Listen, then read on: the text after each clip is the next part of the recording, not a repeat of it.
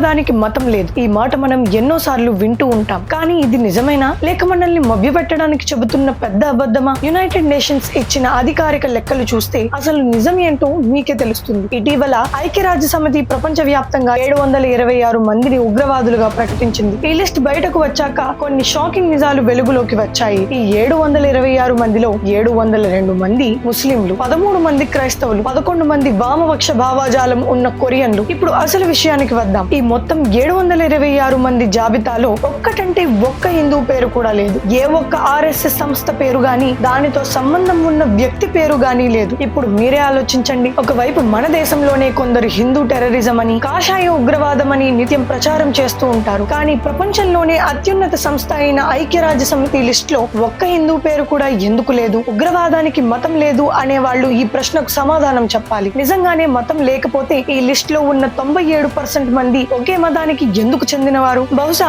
ఐక్యరాజ్య సమితిలో కూడా అంధభక్తులు ఉన్నారేమో. ఒక్క విషయం గుర్తుంచుకోండి, ఇదేదో వాట్సాప్ ఫార్వర్డ్ మెసేజ్ కాదు. పేర్లు, వివరాలతో కూడిన పూర్తి అధికారిక UN డాక్యుమెంట్ ఆధారంగా చెబుతున్న నిజాలు. ఇకనైనా కళ్ళు తెరవండి, మీ సొంత తెలివిని ఉపయోగించండి. ఎవరో చెప్పిన అబద్ధాలను నమ్మడం ఆపండి. ఈ వాస్తవాలపై మీ అభిప్రాయం ఏంటో కింద కామెంట్స్ లో ఖచ్చితంగా చెప్పండి. ప్రతి ఒక్కరికి తెలియాల్సిన ఈ నిజాన్ని అందరికీ చేరేలా షేర్ చేయండి. జై హింద్.